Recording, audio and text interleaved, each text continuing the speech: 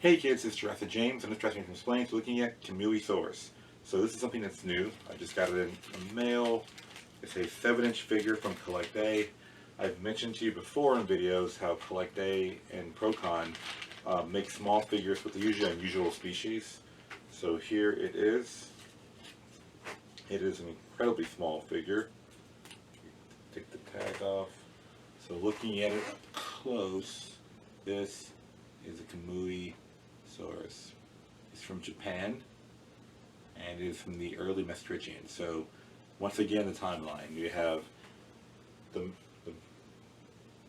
Precambrians, all the bacteria. You have Paleozoic, which is like trilobites and squid and all those things. Mesozoic and Cenozoic. Cenozoic is age of mammals. Mesozoic age of reptiles. In Mesozoic, we have the Triassic, Jurassic, Cretaceous. Within the Cretaceous, we have subdivisions, early and late, and then there, different ages. The Maastrichtian is the very last time before dinosaur extinction. In North America, we have T-Rex, Triceratops, and Kamuysaurus. This is from the early Maastrichtian time in Japan. So first, when I this, it was first, the tail was found by amateur paleontologists, so tail fragments were found in 2003, I believe. And by 2019, it was actually formally named and everything. Excavated before that, of course. And the idea is that this guy, when I first saw this, I thought it was a Saurolophus. And I got super excited. Now, I'm still excited because it's always fun to have a new species, a new type. And I'm guessing the size of it is based on the fact that it is so new.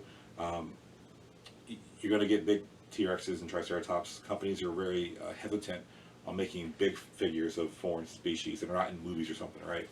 So wanted to point out with the two, as far it's not the scale, but where does it fit in the family tree?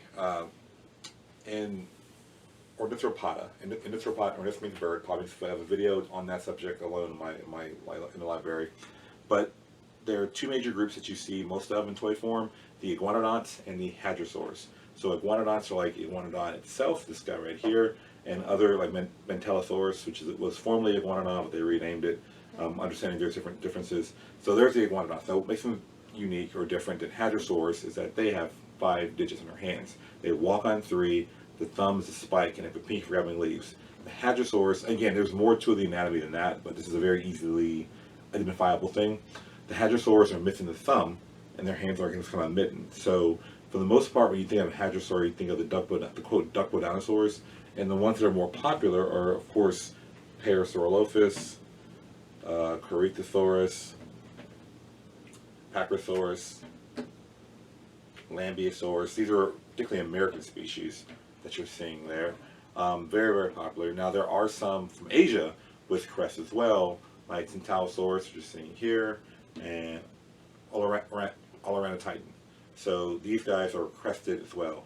Now, this guy's a little bony crest there, so its closest relatives would be probably something like Saurolophus itself or Maiasaur. There are the crested hadrosaurs are usually Cleptodont and Edmontosaurus. When you say the word duckbill, you're thinking Edmontosaurus. This is the one that, because it does actually have the big flat duck-like bill compared to with hadrosaurs.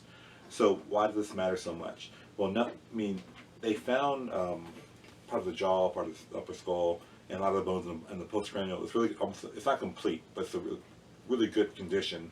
The skeleton was found in what was at least sublittoral. So think where the beach is, where the shallow water was, basically. So the animal must have died in its time. It got washed up to sea and got fossilized in those conditions. So it wasn't like it wasn't in situ in a sense. Well, it was in situ. They found it where it was, but it didn't die on land and get preserved. It was washed out to sea, basically. So there wouldn't be complete in that situation usually. Plus, 72 million years can really bang a fossil up. But again, looking at it overall, that little crest there, see, the only Saurolophus I can find as of right now are these like dollar store ones I found many years ago. And the idea is it doesn't really show it, but if you remember Ducky from Land Before Time, how she had a little bump on her head, people often think she's Parasaurolophus. Actually, she's a Saurolophus. Similar body type, but it has a smaller crest. Hence the name. They found Saurolophus first, and they found that one and call it, Parasaurolophus, another Saurolophus. But again, it's not that. Actually, it's its own species. So it's a different one from Japan. Again, which is ironic because Saurolophus is found in North America and in Asia, but not in Japan. So these guys are pretty much whatever that role is they're doing in their environment. But it's a really neat figure overall. And like I said, it's something that normally I do multiple specimen individuals, but there's only one of these I can find. And I like to point out every now and then kind of a rare specimen, that this is something that you won't normally find. So if you're looking for just really rare, unusual species, or you want to just kind of pack your species list, this is a good example. I don't see a huge influx. I mean, I don't see a huge influx of these figures being coming out, different models and stuff of the species, outside of Japan. And usually what happens is country, there's very few dinosaurs in Japan compared to China or North America. So I'm pretty sure there it's really popular. It's a really big deal.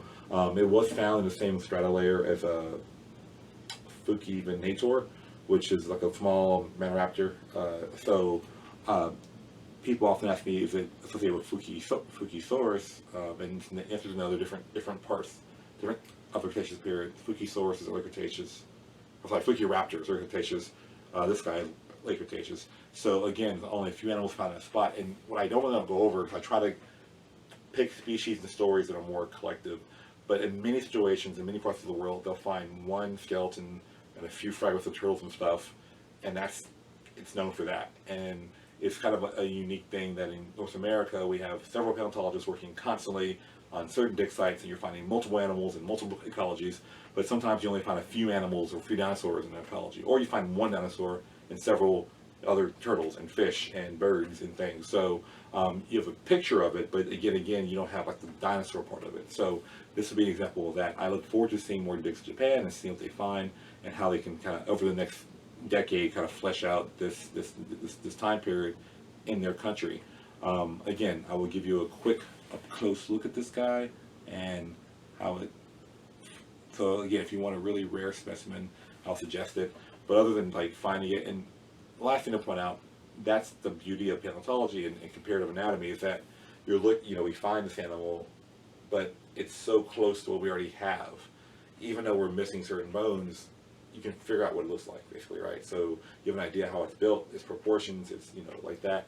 At about 8 meters, which is like 25, 26, 27 feet long, somewhere in that range. It's a pretty big animal, actually. I mean, I'd be about that tall to it, so it's, it's a pretty huge dinosaur.